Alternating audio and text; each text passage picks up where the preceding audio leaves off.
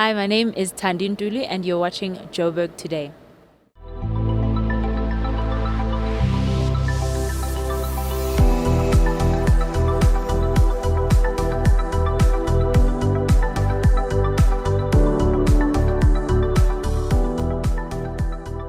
At a time when many companies continue to retrench many employees, new income-generating streams are popping up for the unemployed in the recycling sector, whilst saving the planet.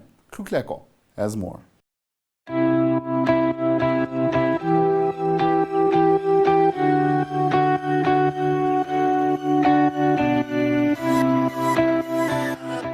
The quest for a greener and cleaner environment has landed Winnie McHenry in the recycling business as an innovative response solution to waste management. I've always been a very green person. From being in school, I was a tree hugger. I was always working with Greenpeace, volunteering, doing different things. I've always had like this feeling that we need to save the planet. So what we do is we focus on trying to teach people how to look at waste differently rather than look at an actual product. But during the process of teaching them the different skills of how to use a pliers to do beading, how to cut with a mosaic cutter, how to use the scissors, we teach them how to make products during that process. So they'll learn how to make like a candle from a glass champagne bottle. We'll cut the champagne bottle in half and then we'll fill it with wax, so we teach them the candle making. So they learn how to make product during the process, but the idea for us is to teach them about how to look at waste differently and how to be an artist in that space. So that if somebody comes to you with a different kind of waste that isn't in the standard landfill arena, you can look at it and go, I can make something with this. So Upcycle's main mission is to try and work with corporates and get waste that is destined to go for landfill because it cannot be recycled, and use those products to create a business for people. So the idea of the training is to teach you how to be creative and artistic rather than product-based. We also spoke to successful entrepreneurs that came as a result of Upcycle. I was a glass upcycler myself, cutting glass and playing around.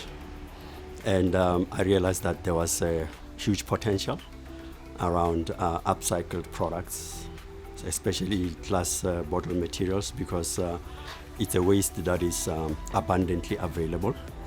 So I decided to search for a quick, faster and cheaper way and cost-effective at the same time of cutting up glass. My job as a facilitator, we have about 22 learners on site.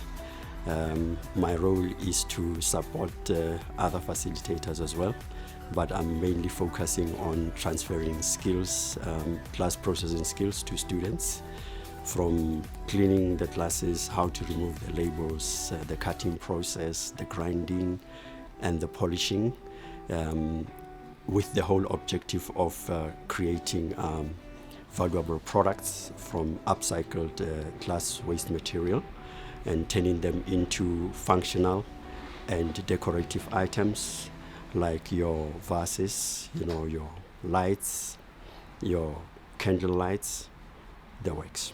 I got involved with Upcycle because I wanted to gain more experience in sewing and get to learn more about business so that I can improve on my business that I'm doing.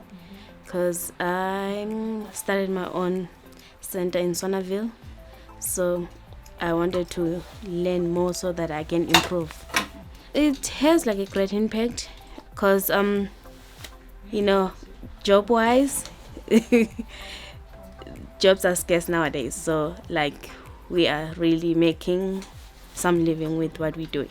In South Africa, the problem is that people don't have the money to actually start a business. And when they do start a business, if they sell a product, they cannot take all the money and put it back into their business. They take whatever money they make and go straight to buy food for their family, because we are very much on the breadline. So it's really difficult for people to invest back into their business. What we do is we work with unemployed people and marginalized people, so people that have got criminal records, that aren't South African, so they don't have the right paperwork. If they don't have an education, they can't read or write, because for us it's not really about having a certain level of a degree before you can start doing what we do. You can literally use your hands.